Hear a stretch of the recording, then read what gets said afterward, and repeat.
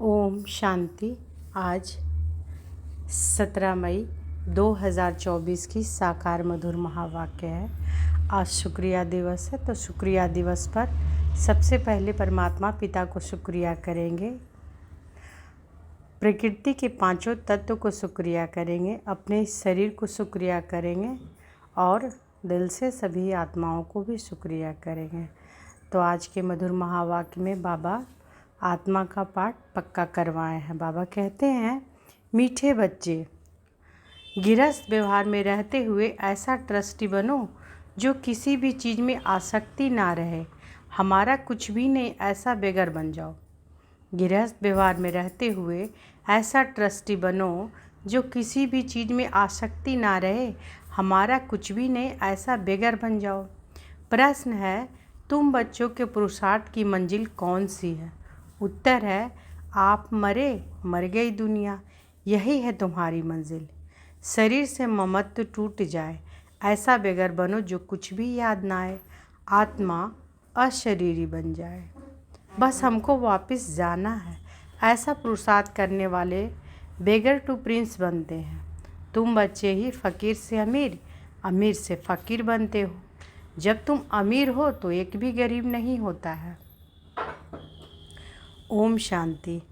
बाप बच्चों से पूछते हैं कि आत्मा सुनती है या शरीर सुनता है? कौन सुन रहा है? आत्मा ना सुनती है अपने शरीर द्वारा। आत्मा सुनेगी जरूर शरीर द्वारा। बच्चे लिखते भी ऐसे हैं, फलाने की आत्मा बाप दादा को याद करती है, फलाने की आत्मा आज फलानी जगह जाती है। यह जैसे आदत पड़ जाती है, हम आत्मा हैं, क्योंकि बच्चों को आत्माभिमानी बनना है। जहाँ भी देखते हो जानते हो कि आत्मा और शरीर है और इनमें है दो आत्माएं। एक को आत्मा और एक को परमात्मा कहेंगे। ब्रह्मा बाबा के बारे में बाबा बोल रहे हैं कि इनमें है दो आत्माएं। एक को कहेंगे आत्मा और दूसरे को बाबा को परमात्मा कहते हैं। परमात्मा खुद कहते हैं कि मैं इस शरीर में, जिसमें इनकी आत्मा भी प्रवेश रहती है, मैं प्रवेश करता हूँ। शरीर बिगर तो आत्मा रह नहीं सकती। अब बाप कहते हैं, अपने को आत्मा समझो। अपने को आत्मा समझेंगे तब बाप को याद करेंगे और पवित्र बन शांति धाम में जाएंगे और फिर दैवी गुण भी जितना धारण कर और कराएंगे, स्वदर्शन चक्रधारी बनकर और बनाएंगे, उतना उच्च पद पाएंगे। इसमें कोई मूंझते हो तो पूछ सकते हो। बाबा पूछ रहे, इसमें अगर कोई मूंझते हो तो पूछ सकते हो। यह तो ज़रूर है कि मैं आत्मा हूँ। बाप बच्चों को ही कहते हैं जो ब्राह्मण बने हैं, दूसरों को नहीं कहेंगे। बच्चे ही प्रिय लगते हैं।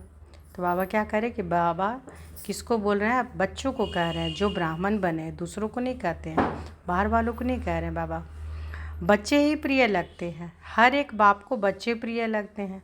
दूसरे को भल बाहर से प्यार करेंगे, परंतु बुद्धि में है कि ये हमारे बच्चे नहीं हैं। मैं बच्चों से ही बात करता हूँ, क्योंकि बच्चों को ही पढ़ाना है। बाकी बाहर वालों को पढ़ाना तुम्हारा काम है। कोई तो झट समझ जाते हैं, कोई थोड़ा समझ कर चले जाएंगे, फिर जब देखेंगे यहाँ तो बहुत वृद्धि हो रही है तब आएंगे। देखो तो सही, तुम यही समझाएंगे कि बाप सभी आत्माओं व बच्चों को कहते हैं, मुझे याद करो। सभी आत्माओं को पावन बाप ही बनाते हैं। सभी आत्माओं को पावन बाप ही बनाते हैं। वह कहते हैं कि मेरे सिवाय और कोई को याद ना करो। मेरी अव्यभिचारी याद रखो तो तुम्हारी आत्मा पावन बन जाएगी। पतित पावन मैं एक ही हूँ। मेरी याद से ही आत्मा पावन बनेगी। इसलिए कहते हैं कि बच्चे मामेकम याद करो। बाप ही पतित राज्य से रावण राज्य बनाते हैं, लिबरेट करते हैं। कहाँ ले जाते हैं? शांति धाम, फिर सुख धाम। मूल बात ही है पावन बनने की। 84 का चक्र समझाना भी सहज है। चित्र देखने से ही निश्चय बैठ जाता है। इसलिए बाबा हम कहते रहते हैं, म्यूजियम खोलो भपके से, तो मनुष्यों को भपका खींचेगा। बहुत आएंगे। तुम यही सुनाएंगे कि हम बाप की श्रीमत पर यह बन रहे हैं। बाप कहते हैं, मामेकम याद करो और दैवी गुण धारण करो। बैच तो ज़रूर साथ होना चाहिए। तुम जानते हो हम बेगर टू प्रिंस बनेंगे। पहले तो श्री कृष्ण बनेंगे ना। जब तक श्री कृष्ण ना बने तब तक श्री नारायण बन ना सके। बच्चे से बड़ा हो तब नारायण नाम मिले। तो इनमें दोनों चित्र है, तुम यह बनते हो। अभी तुम सब बेगर बने हुए हो। यह ब्रह्मा कुमार कुमारियाँ भी बेगर्स हैं, इनके पास कुछ भी नहीं है। बेगर अर्थात जिनके पास कुछ भी ना हो। कोई कोई को हम बेगर नहीं कहेंगे। यह बाबा तो है सबसे बड़ा बेगर, इसमें पूरा बेगर बनना होता है। गृहस्थ व्यवहार में रहते आसक्ति सार आसक्ति तोड़ दी है। निश्चय बुद्धि ही जानते हैं। हमारा जो कुछ है वह बाबा को दे दिया है। कहते भी हैं ना कि हे भगवान, आपने जो कुछ दिया वह आपका ही है, हमारा नहीं है। वह तो होता है भक्ति मार्ग में। भक्ति मार्ग में कहते हैं ना, उस समय तो बाबा दूर था, अब बाबा बहुत नज़दीक है, सामने उनका बनना होता है। तुम कहते हो कि बाबा के शरीर को नहीं देखना है। बुद्धि चली जाती है ऊपर, भले यह लोन लिया हुआ शरीर है, परंतु तुम्हारी बुद्धि में है कि हम शिव बाबा से बात करते हैं।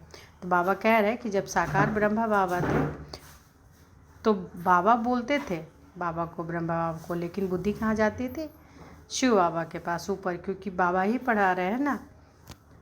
बाबा कह रहे हैं ना कि उनके तन का लोन लेकर पढ़ा रहे हैं। तो बाबा कहते तुम कहते हो बाबा के शरीर को नहीं देखना है, बुद्धि चली जाती है ऊपर, भले यह लोन लिया हुआ शरीर है, परंतु तुम्हारी बुद्धि में है कि हम शिव बाबा से बात करते हैं।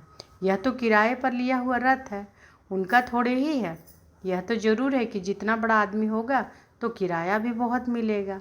मकान मालिक देखेगा कि राजा मकान लेते हैं तो 1000 किराए का 4000 बोल देगा, क्योंकि समझते हैं कि यह तो धनवान है। राजे लोग कभी भी बोलेंगे नहीं कि यह तो जास्ती लेते हो। नहीं, उन्हों को पैसे आदि की परवाह ही नहीं रहती। वह खुद कोई से बात नहीं करते हैं, प्राइवेट सेक्रेटरी ही बात करते हैं। आजकल तो रिश्वत बगैर काम नहीं चलता। बाबा तो बहुत अनुभवी हैं। वो लोग बड़े रॉयल होते हैं, चीज़ पसंद की बस, फिर सेक्रेटरी को कहेंगे कि इनमें फैसला कर ले आओ। ऐसे माल खोल कर रखेंगे। महाराजा महारानी दोनों आएंगे, जो चीज़ पसंद होगी उन पर सिर्फ आँख से इशारा करेंगे। सेक्रेटरी बात कर बीच में अपना हिस्सा निकाल लेते हैं। कोई कोई राजाएं साथ में पैसा ले आते, सेक्रेटरी को कहेंगे कि इनको पैसा दे दो। बाबा तो सबके कनेक्शन में आए हैं, जानते हैं कैसे कैसे उन्हों की एक्ट चलती है। जैसे राजाओं के पास खजांची रहते हैं, वैसे यहाँ भी शिव बाबा का खजांची है। यह तो ट्रस्टी है। बाबा का इनमें कोई मोह नहीं है। इसने अपने पैसे में ही मोह नहीं रखा, सब कुछ शिव बाबा को दे दिया, और फिर शिव बाबा के धन में मोह कैसे रखेंगे? यह ट्रस्टी है। जिसके पास धन रहता है, जिनके पास धन रहता है, आजकल तो गवर्नमेंट कितना जांच करती है। विलायत से आते हैं तो एकदम अच्छी रीति जांच करते हैं। अब तुम बच्चे जानते हो कि कैसे बेगर बनना है। कुछ भी याद ना आए, आत्मा अशरीरी बन जाए, यह शरीर को भी अपना ना समझे, हमारा कुछ भी ना रहे। बाप समझाते हैं कि अपने को आत्मा समझो। अभी तुमको वापस जाना है। तुम जानते हो कि बेगर कैसे बनना होता है। शरीर से भी ममत्व टूट जाए, आप मुँह मर गई दुनिया, यह मंजिल है।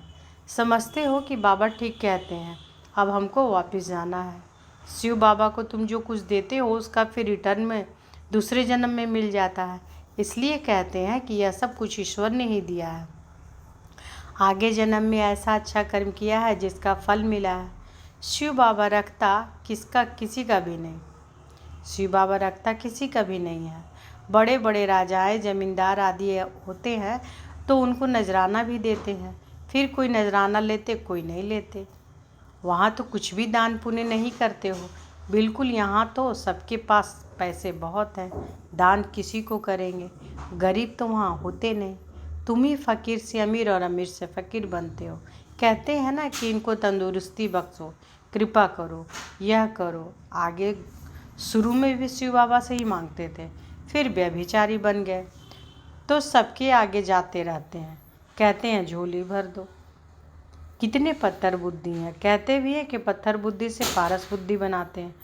तो तुम बच्चों को खुशी बहुत रहनी चाहिए। गायन भी है, क्या तेंद्रिय सुख पूछना हो तो गोपी बल्लभ के गोप गोपियों से पूछो।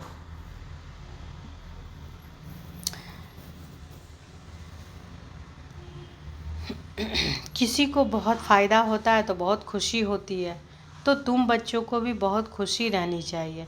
तुमको 100% खुशी थी, फिर घटती गई, अब तो कुछ भी नहीं है।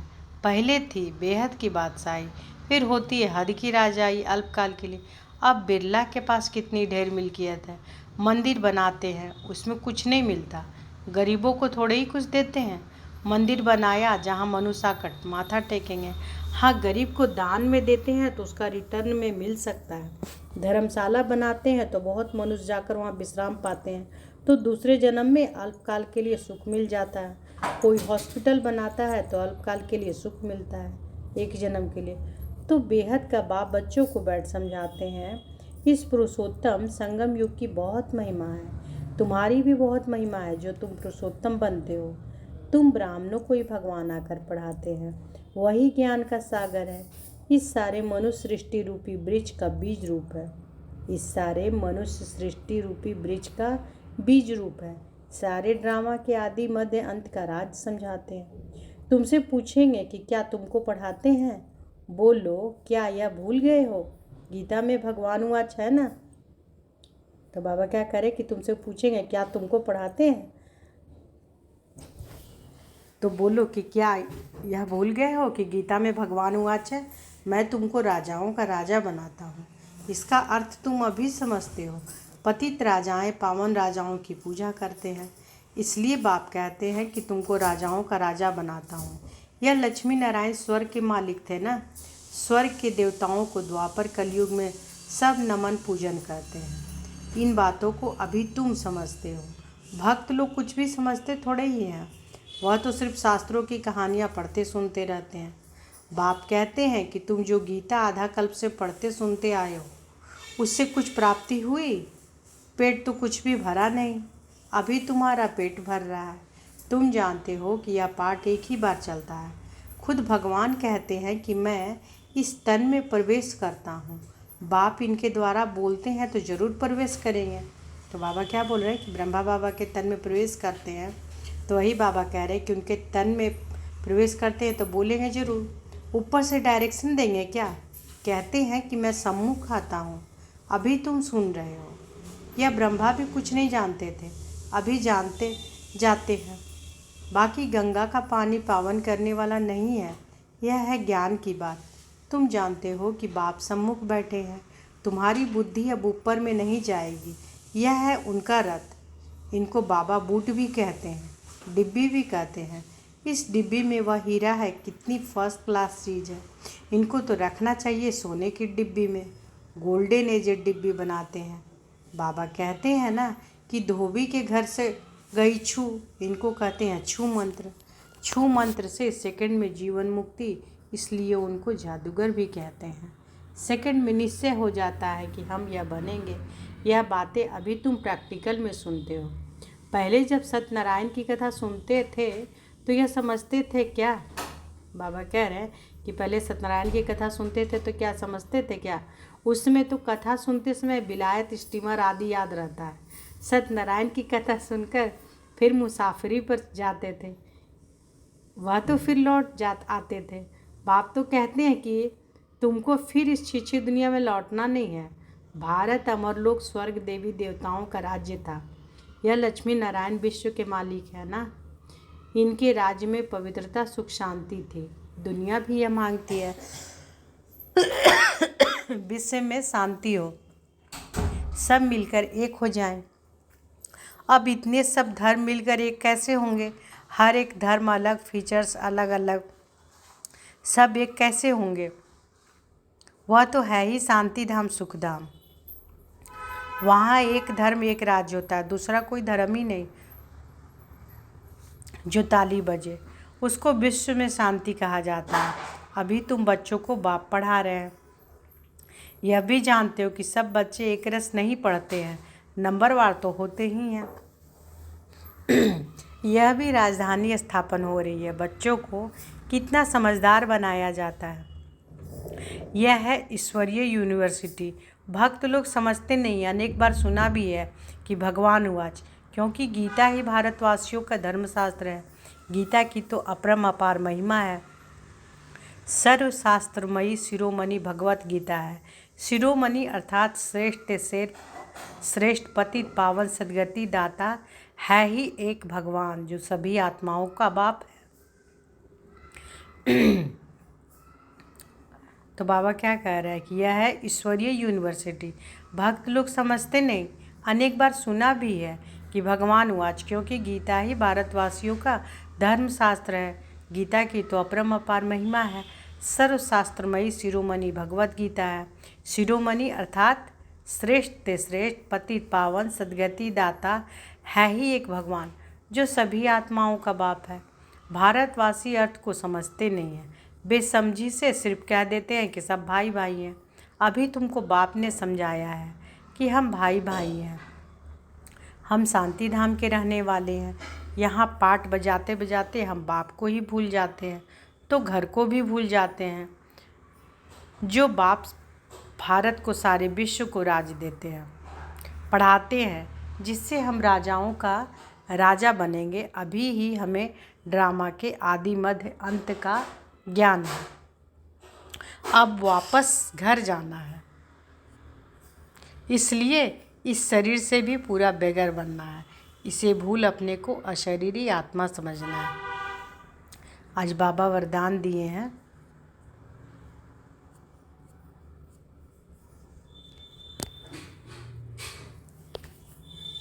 दो मिनट।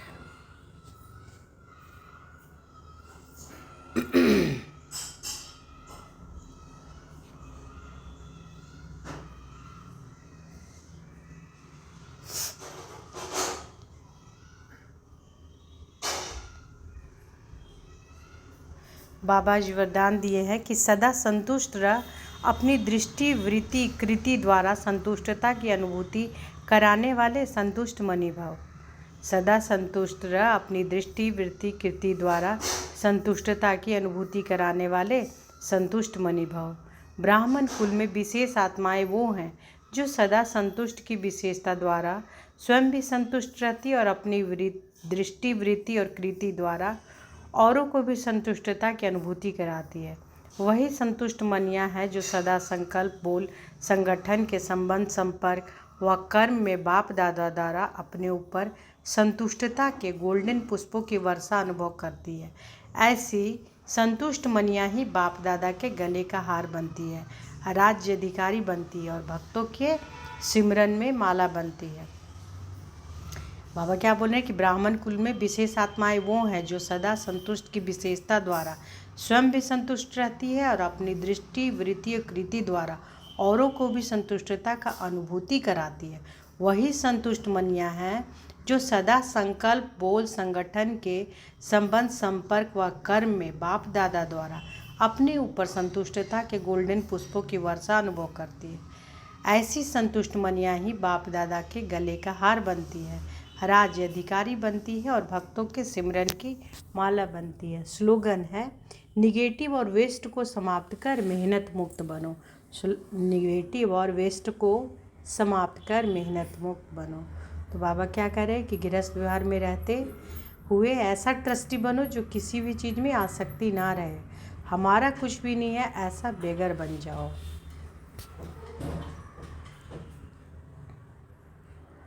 आज के अव्यक्त इशारे हैं। बाप दादा आप खुश नसीब बच्चों की रोज माला सिमरते हैं। विजय माला के मन के बनना कोई बड़ी बात नहीं है, लेकिन बाप के सिमरने के मन के बनना यह खुश नसीबी है। जैसे बाप दादा सदा बड़े दिल वाले बेहद के दिल वाले हैं, ऐसे आप बच्चे भी बेहद के दिल, फ्रॉक दिल, दातापन की दिल रखने वाले, सदा दिल खुश से जहान को खुश करने वाले खुश नसीब हो। खुशी के खजाने से संपन्न खुश नसीब खुशनुमा बनो।